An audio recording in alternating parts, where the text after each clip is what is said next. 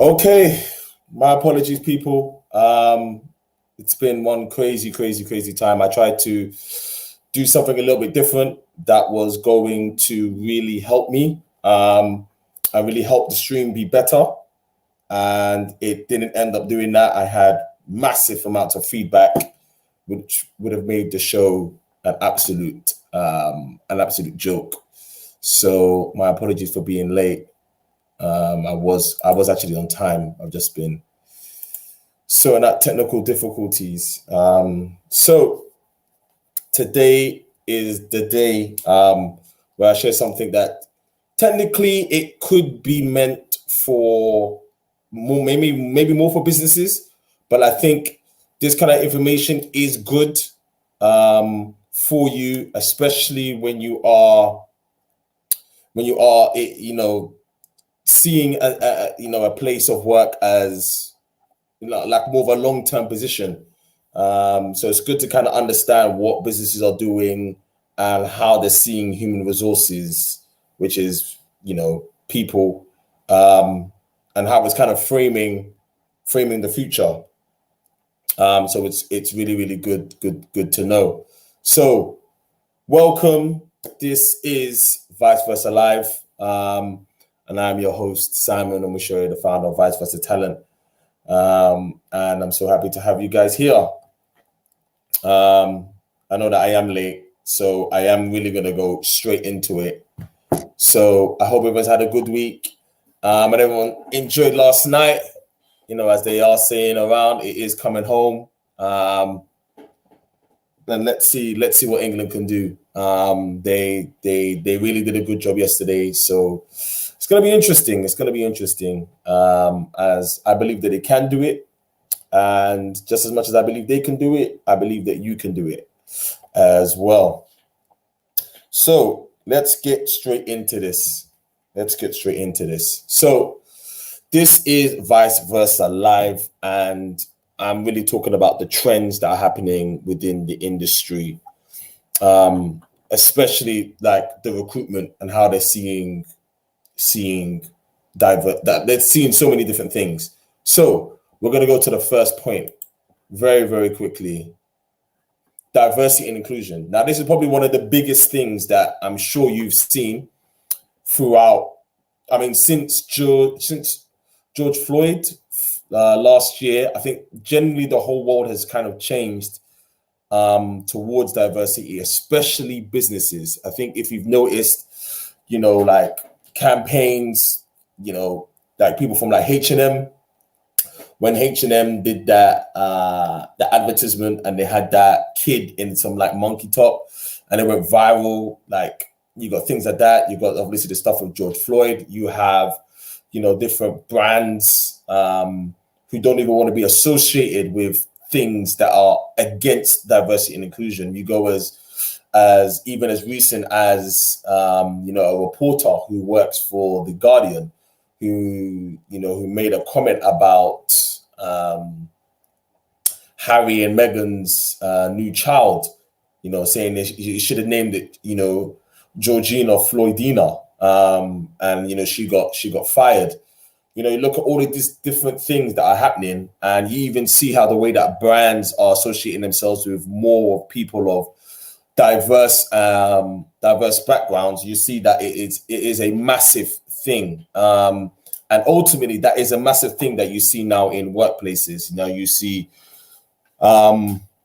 it's part of, you could say, even a HR policy. You would think that, in 2021, things should be more diverse, but unfortunately that they are not. And I think with the way that the world is going, it's almost kind of twisted the arms of the people and powers that be into having a sense of policy of gaining more people from diverse backgrounds into their work.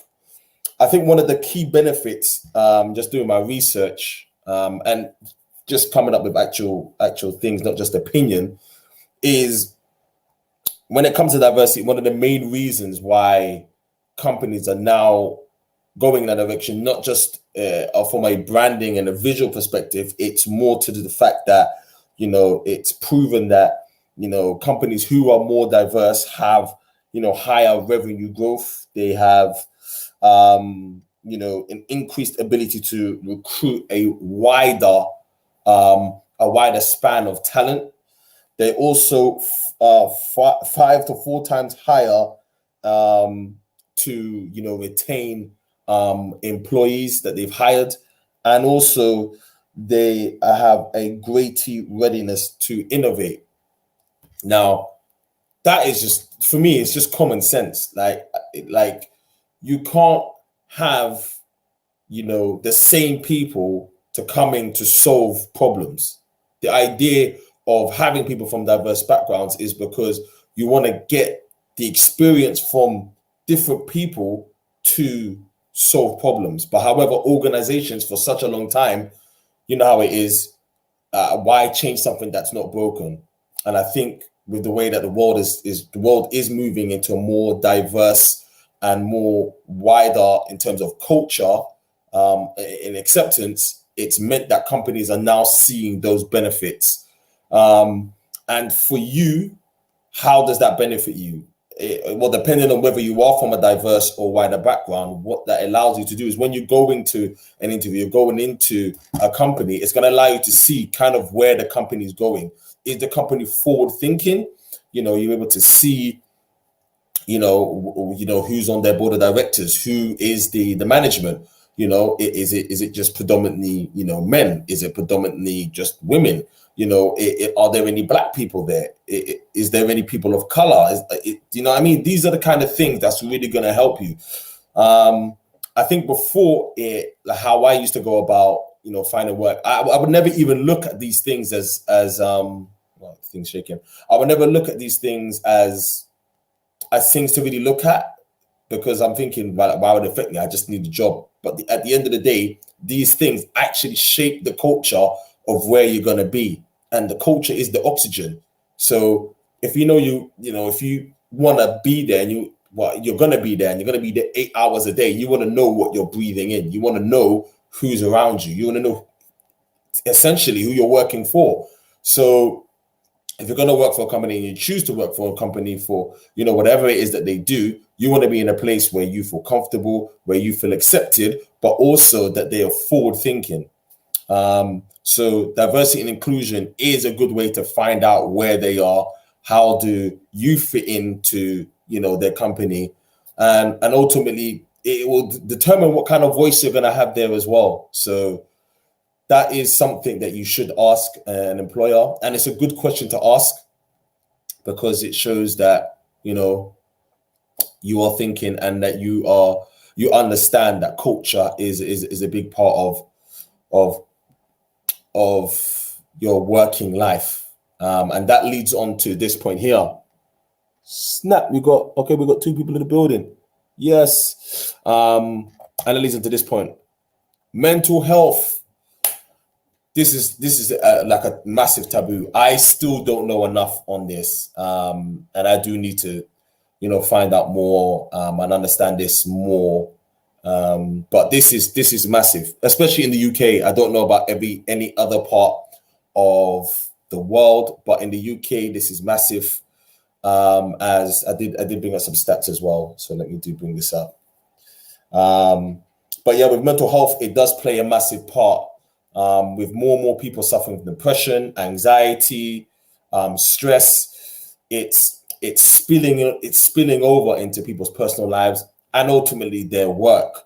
So, it's very, very important that you are aware of your own mental health and kind of where it is, but also what kind of support, which is why I put it here, what kind of support and measures are there in the workplace that you're currently at, or where a place that you're looking to go to. I know in some workplaces they have like groups where they're meeting, before work, and they're just having just general conversations just about, people's day, how people's evening was, what did you get up to, as a way to kind of ease their way into work, as opposed to going from one extreme, which is maybe from home to maybe getting into work, which can be quite stressful, then straight into work, which again is another form of stress. And, depending on where emotionally you are, it's going to impede. So let me just bring up these stats so you can really see. So this is from the Office of National Statistics, and it's yes. So here are the main points. So it says one in three adults experience some form of depression from early 2021. Early 2021. So that's January 27th of January to the 7th of March. And this is increased since 2020 by 19%. Obviously I don't know how they're gaining this data, but you can see that one in three, that's quite a lot of people. And obviously with everything that's happened in COVID and people being secluded from, their friends and from their family, we are people who, we have to be connected. We're not people who are supposed to be isolated, and isolation is not good for anybody. So that number one in three is of no surprise to me. Another interesting stat, it says that around one in three adults who reported being unable to afford an unexpected expense of £850 experienced depressive symptoms, which obviously that's quite obvious. If you're not able to, afford a certain living, or, you can't afford to just live, especially being in you could say not an oppressive state, because obviously Corona was there to, the measures were there to protect people, but if you can't do certain things and you're secluded, that again is of no surprise. But essentially the reason why I say mental health is it's a big part of your everyday life. The things that we do, the work that we do, the applications that we have to bring to work, if our mind isn't right, then we can't perform. And I feel like with businesses who are, especially in the private sector, who are driving to make bigger profits and, hit bigger targets, they're going to need their team to be supported and have the right tools, that if one person does come under some form of stress or is not able to bounce back up after something traumatic, they have to have something in place. So this is a massive trend that's happening, especially in the UK. It's still very, very new. And a lot of businesses are still getting and gaining other support from other organizations who are coming in to put in policies and support mechanisms and teams to help their employees. So if you are looking for work, or you're looking to jump in, or you do have something set up in work, then obviously you can reach out to your mental health advisor, or an organization that is working alongside your company to find out what the policy is. And also, this is a very good question to ask in an interview, because again, it shows you understand that mental health and the support that you have with mental health is part of the culture of care that you would expect from an employer. It's not just about profits and targets. It has to be a sense of care and diligence from the employer to the employee. Another big one, social media. This one is massive. I've been banging about this for, since I started this channel. Social media is the biggest thing. And I have some notes just to really echo the things that I've said, why businesses are doing it, and I will make it bigger. So obviously one of the main benefits, increase brand awareness, humanize your brand. I'm going to go back to that point. Establish their brand as a thought leader. That's really, really good. Obviously stay top of mind for the consumer. Increase web traffic, which is really, really important, and generate leads. These are the main things. That's why people do social media. So one of the main reasons why I do social media. But I think what's really key in regards to how they do it in terms of how companies are using their employees to push them to do social media is that point that I made, is to humanize the brand. Now, I don't know how many of you guys who are watching who actually are on LinkedIn, but you'll see now that most of the employees that work in different organizations, they are now extending their brand and using their own LinkedIn profile as an extension of that brand. And why they do that is to, again, humanize the brand and make it more social. And that allows the brand to feel more natural. It allows the company to be seen in a different light, but it also creates, I guess, a better way of extending the culture from within the company's infrastructure and outwards, so that I guess there's another way of them gaining new candidates and new clients as well. So that's a really big shift that I've seen within recruitment, especially, as well as all different companies as well. That's really, really massive. I would say, again, this is another good question to ask, how they go about using the social media, what kind of expectations they have of their employees using social media to help them in their pursuits of new business, new clients, and new leads. It's a good question to ask, but it's also a good way for you to, again, understand where the company sees social media, how important they see it in their infrastructure, and I guess what their expectations of you as an employee is. So that's a really, really good way to find out and really stay connected with the movement of the company, moving from a more physical entity into a more digital, larger presence, which majority of companies are doing at a massive rate. Let's see this one. Skills over education. This one is massive. If there was ever one that was bigger, it's this one. More companies are moving to more skills over education. The needs of businesses are changing massively with the world that is has gone from, I guess, what we thought was a normality to this chaos, you could say. The world has changed and companies are looking for skilled candidates. They are looking for skilled candidates. They're looking for people to bring in more business, but do it in a different way. The way that things used to be, where it was maybe like a cold call or maybe email. Now it's social media. Now it's DMs. Now it's video calling. Now it's WhatsApp. The way that people are communicating, it's so different, and it's more through social and more laid back vehicles to get business done. So you'll see now more than ever,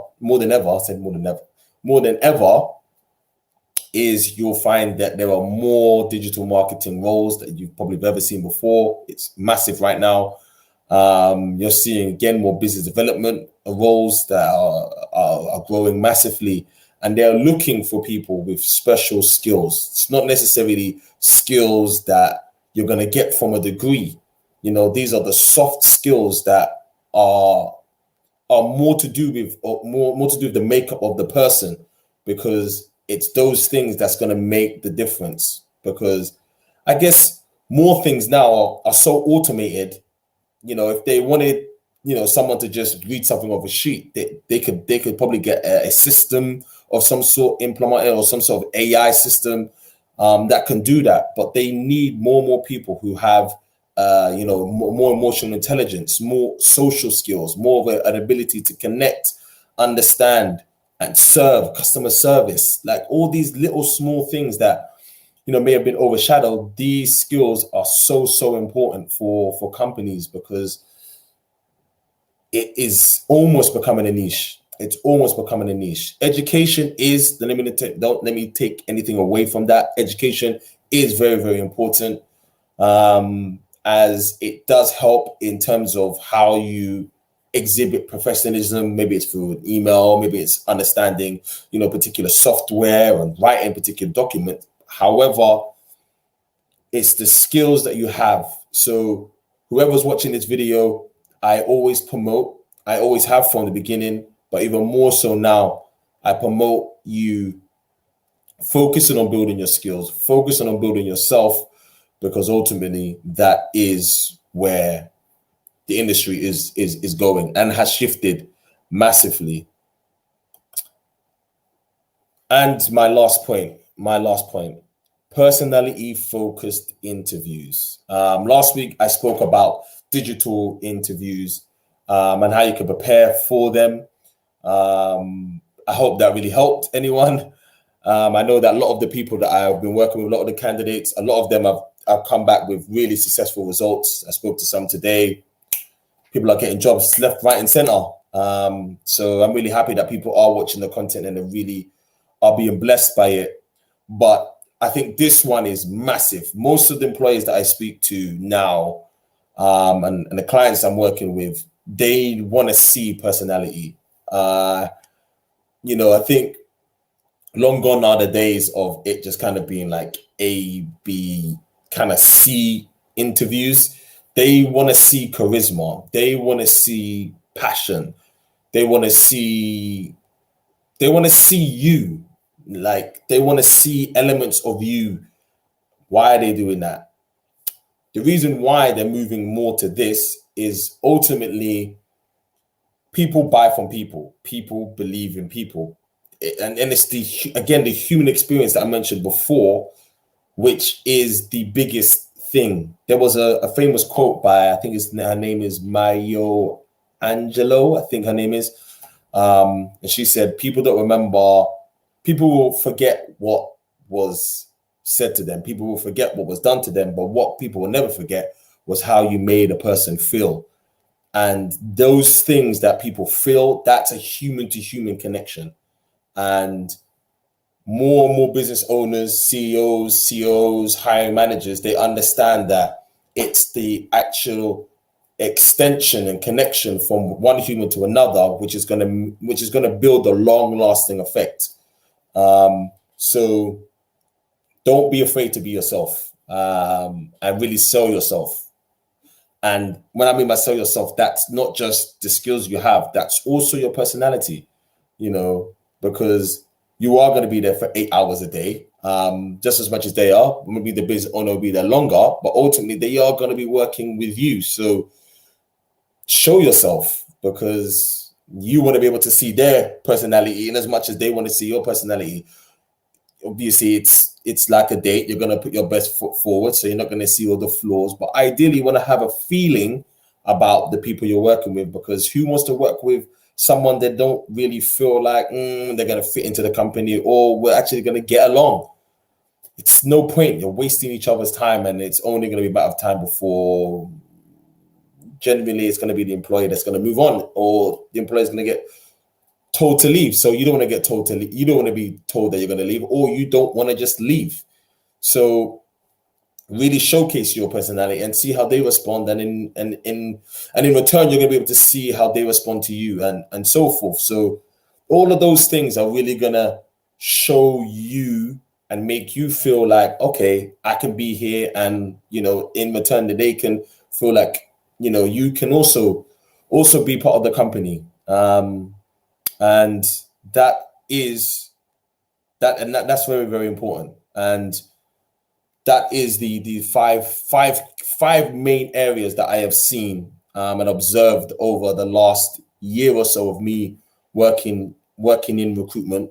These are the 5 areas that I've seen, and these are the 5 things that I can see the industry kind of moving into. They're kind of moving into, and I'm sure these are gonna change in the next year or so.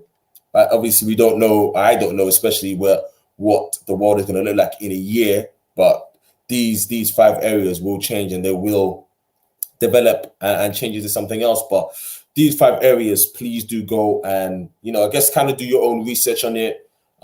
See what things are set in place in your company, and generally kind of see how you can incorporate these as questions that you can potentially ask an employer, as it will definitely put you in a position where you understand that company culture is affected by, you know, I mean, especially the first two areas: mental health, diversity and inclusion, social media. Those are the three main things, and then obviously yourself, which would be the what was it? Yep, skills over education, and of course this one, personality focused interviews, which more affects the employee.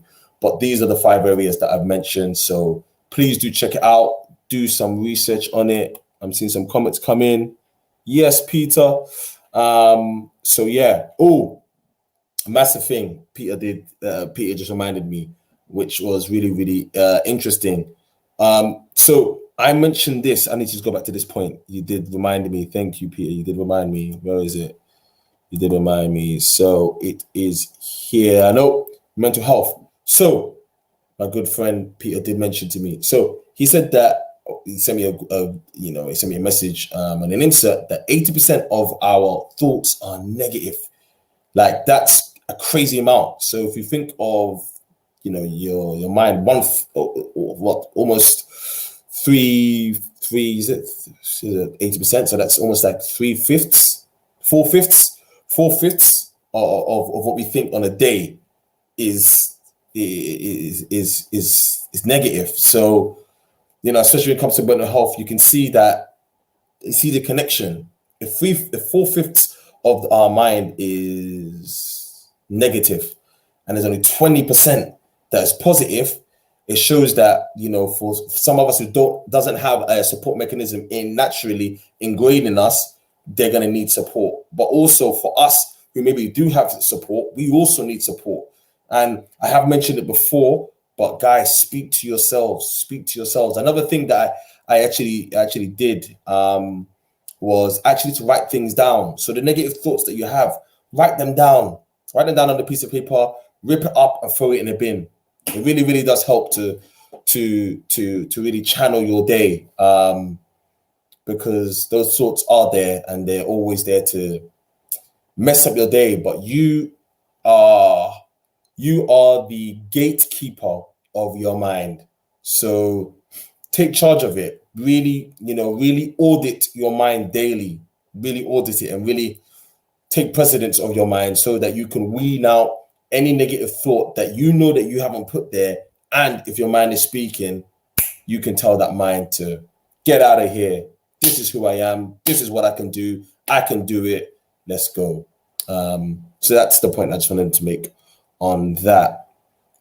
I normally do a live Q&A, but as it's kind of a presentation based on trends, I won't do a Q&A today. But if there are any questions, obviously the platform is always there, but I will call it to a halt there. And if you haven't already, please smash a like, share, comment.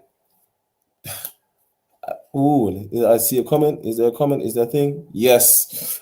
Please do like, share, subscribe to the channel. And yeah, I really am looking forward to making this thing and improving it and making it better. I am looking to get some guests on here and trying to make it more interactive and engaging as possible, whilst keeping it up to date with all the things that happen from my end, from a business perspective, as well as from a candidate perspective. So I will be trying to push that and continue to keep you guys updated.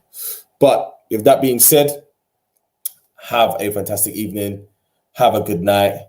God bless. And I shall see you all next week. Do take care. Good night.